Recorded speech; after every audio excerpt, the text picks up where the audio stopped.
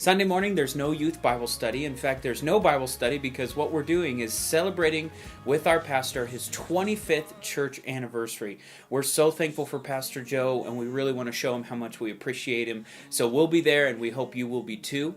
But we still want to provide you with a tool for the continuing study in Genesis. So here is one of our student study guides, and we'd like to get one of these in your hands, whether a physical copy or an electronic copy. You let us know how you'd like us to give it to you. But inside is a neat little tool at the end of every session. Take a look at this. So at the end of every session, they have the 7 arrows for reading the Bible. What does this passage say? What did this passage mean to its original audience? What does this passage tell us about God? What does this passage tell us about man? What does this passage demand of me? How does this passage change the way I relate to people? How does this passage prompt me to pray?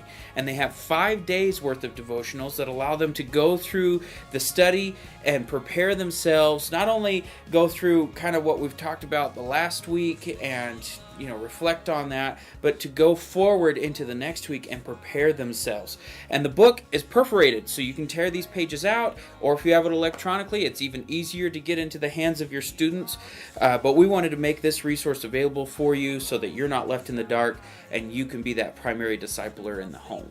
January 4th is our lock-in, and it starts at 8 p.m. on Friday evening and goes till 9 a.m. on Saturday morning. We'll have escape rooms, snacks, games, devotional. We've got it all, and we're really looking forward to getting better connected with your students and have your students get better connected with students their own age.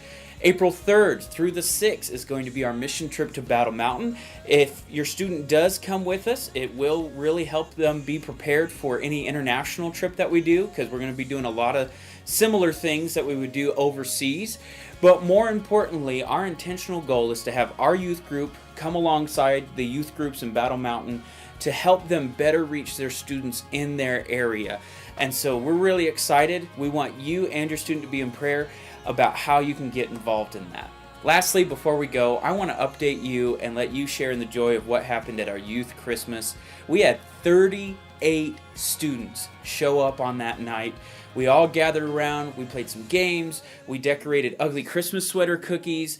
We just had a great time, and at the very end, we sang a couple Christmas carols, explained the words in them, and shared the gospel so that some of those in there who may not know Jesus, they know the way to Jesus. And so we're going to do our best to try and reconnect with them at some point, check in with them, but be in prayer for those students who don't know Jesus and the ones that do. This is a brand new year coming up, and we want them to be prepared for what's ahead of them and keep their eyes on Jesus. But thank you for your support and taking that night just to drive your kids down here, spend a few hours with us, and then come back and pick them up again.